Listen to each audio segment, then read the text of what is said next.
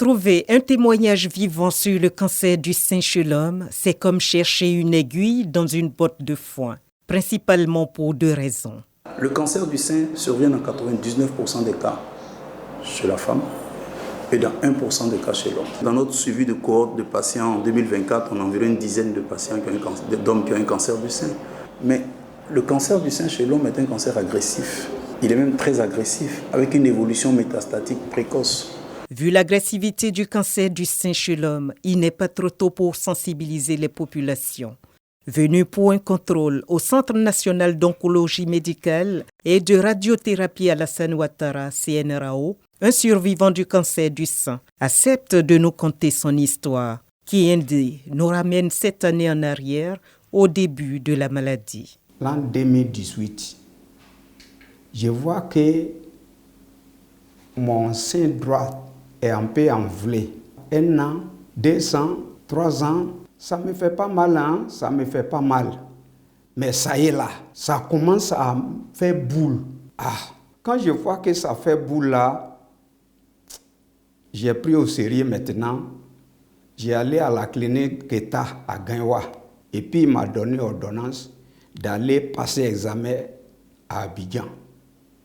C'est dans l'examen que j'ai allé passer là que j'ai contacté que c'est cancer.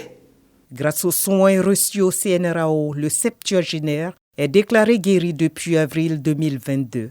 Ayant surmonté le traumatisme de la chirurgie, de la chimio et de la radiothérapie, avec l'accompagnement de son médecin traitant, il invite ses collégionnaires à la vigilance. Avant, moi, je n'ai jamais pris qu'un homme va avoir cancer du sein. Nous, hommes, si on a vu que notre sein est enflé plus que 1, on doit courir directement aller voir les docteurs. Et puis pas les docteurs simples, docteurs qui connaissent affaire de cancer.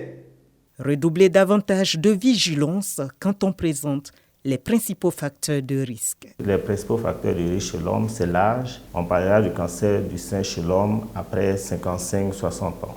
Et les facteurs héréditaires. Certains facteurs hormonaux et aussi alimentaires, dont la consommation de tabac, l'exagération aussi de la consommation d'alcool.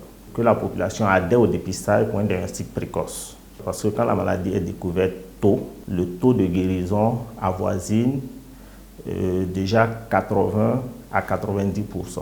Si malgré la prévention, le cancer du sein survenait, une politique nationale est mise en place pour une prise en charge optimale des patients.